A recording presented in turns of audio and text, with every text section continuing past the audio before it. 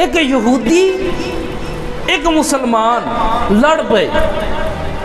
یہودی کہنے لگا بھئی مسلمان دیکھو آپ کے نبی ہیں، سردار ہیں، قبیلے کے بھی سردار ہیں، ایمان والوں کے سلطان ہیں، چلیں ان کے پاس جا کے فیصلہ کرواتے ہیں. یہودی بھی تریا بھائی تو مسلمان بھی چلیا. حضور نے جب ساری کنڈیشن دیکھی نا، صورتحال معاملہ دیکھیا، میرے آقا کریم علیہ السلام نے فیصلہ یہودی دے حق جے فرما دیتا. یہودی حق دے سی فیصلہ فرما دیتا. مسلمان دے دل دے اندر حضور دے عشق دے اندر کمی سی، منافق سی. توجہ کرنا بھائی.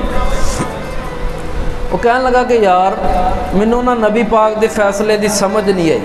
یہ مسلمان کہنے لگا جڑا نام دا مسلمان سی، حضور دے فیصلے دی سمجھ نہیں آئی، چل عمر کے پاس چلتے ہیں، عمر کا عدل بڑا مشہور ہے، ان سے فیصلہ کرواتے ہیں.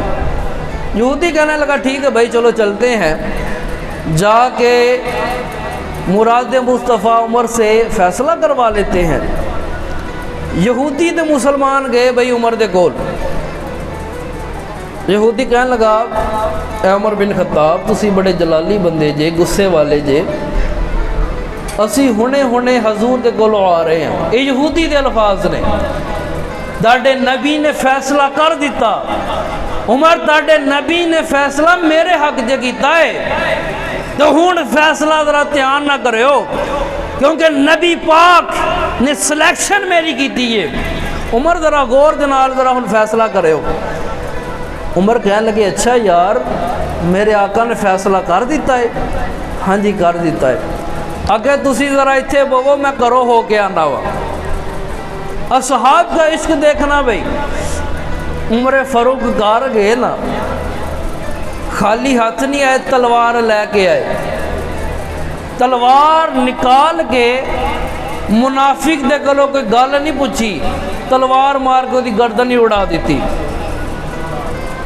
عمر فاروق ایک تاریخی جملہ بولتے ہیں، کہنے لگے بھائی جو میرے آقا کے فیصلے کو چھوڑے گا پھر عمر کی زبان فیصلہ نہیں کرے گی، بلکہ عمر کی تلوار فیصلہ کرے گی.